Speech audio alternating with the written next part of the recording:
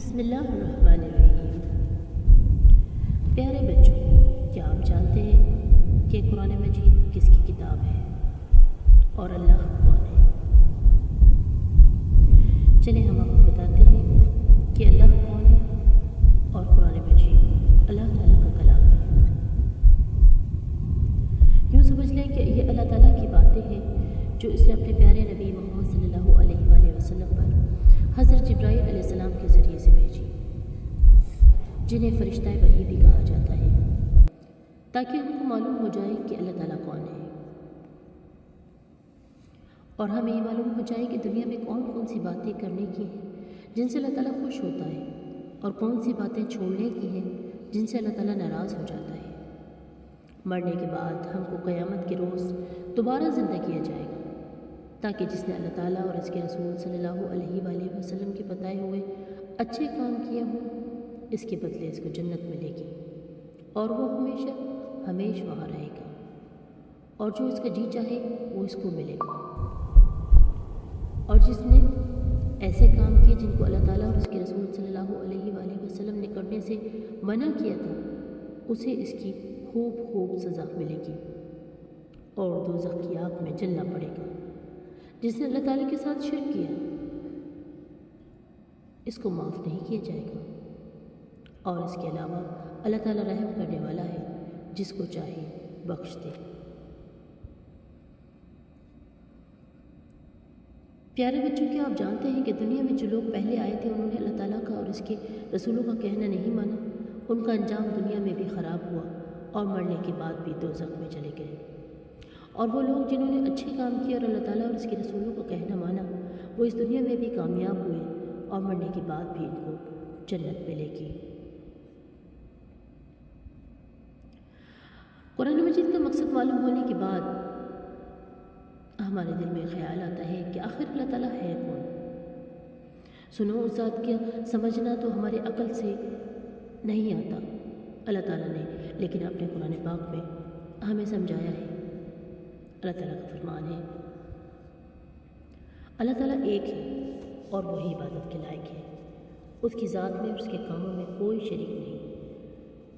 اور نہ ہی اللہ کی کوئی اولاد ہے اور نہ وہ کسی کی اولاد ہے۔ وہ آسمانوں اور زمینوں کا نور ہے، وہ ہمیشہ سے ہے اور ہمیشہ رہے گا، اور وہ اللہ ہے جسے نہ نیند آتی ہے اور نہ ہی اونگ۔ آسمانوں اور زمینوں میں جو کچھ بھی ہے سب اسی اللہ نے پیدا کیا ہے، بغیر اس کی مرضی کے کوئی اس کے سامنے کسی کی سفارش بھی نہیں کر سکتا، اور جو کچھ بھی ہونے والا ہے اور جو کچھ بھی ہو چکا ہے سب اللہ تعالیٰ کو معلوم ہے۔ آسمانوں اور زمین میں کوئی چیز ایسی نہیں جو اس کے علم میں نہ ہو، وہ اس کا انتظام کرنے سے تھکتا نہیں۔ آسمانوں اور زمین میں جو چیز ہے وہ اس کی تعریف اور پاکی بیان کرتی رہتی ہے، اور وہی اللہ ہے جو پیدا کرتا ہے، وہی اللہ ہے جو موت دیتا ہے، اور وہی اللہ ہے جو موت کے بعد قیامت کے دن پھر زندہ کرے گا۔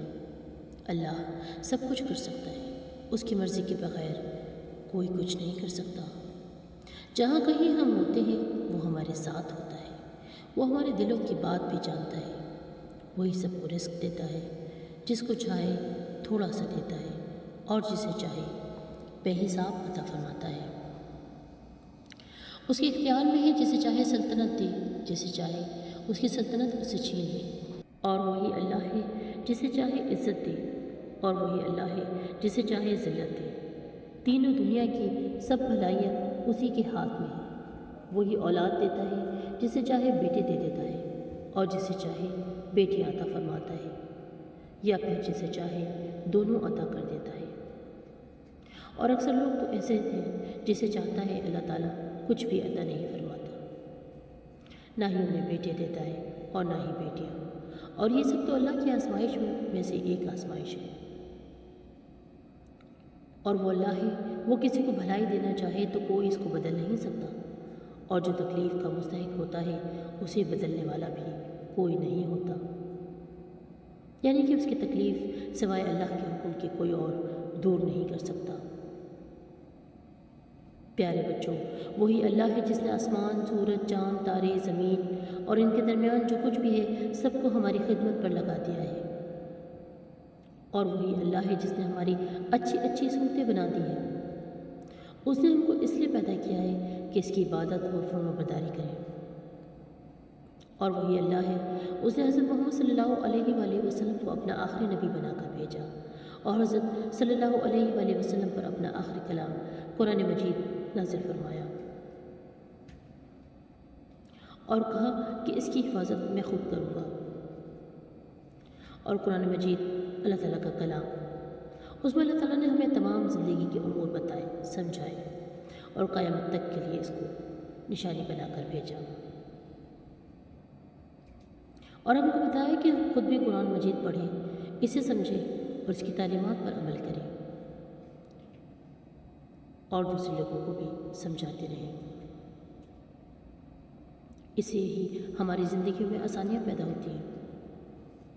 ہمیں تاحیات اللہ تعالیٰ کے حکم کے مطابق چلنے کی توفیق ملتی ہے۔ قرآن مجید وہ روشن دلائل سے بھری ہوئی ہے جن کے سائے میں زندگی گزار کر ہماری زندگی آسان سے آسان تر ہوتی چلی جاتی ہے۔ قرآن مجید کے احکامات پر عمل کر کے ہم اپنی زندگی کو خوشیوں سے بھر سکتے ہیں، کیونکہ اللہ تعالیٰ کے آخری نبی محمد صلی اللہ علیہ وآلہ وسلم نے ارشاد فرمایا کہ میں اپنے بعد تمہارے درمیان دو چیزوں کو چھوڑے جا رہا ہوں،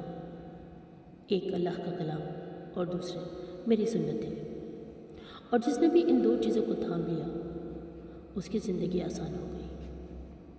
اللہ تعالیٰ سے دعا ہے کہ اللہ پاک ہم سب کو قرآن مجید کو پڑھ کر سننے سمجھنے کی توفیق عطا فرمائے، اور اسی کے مطابق زندگی گزارنے کی توفیق عطا فرمائے۔ آمین ثم آمین یا رب العالمین۔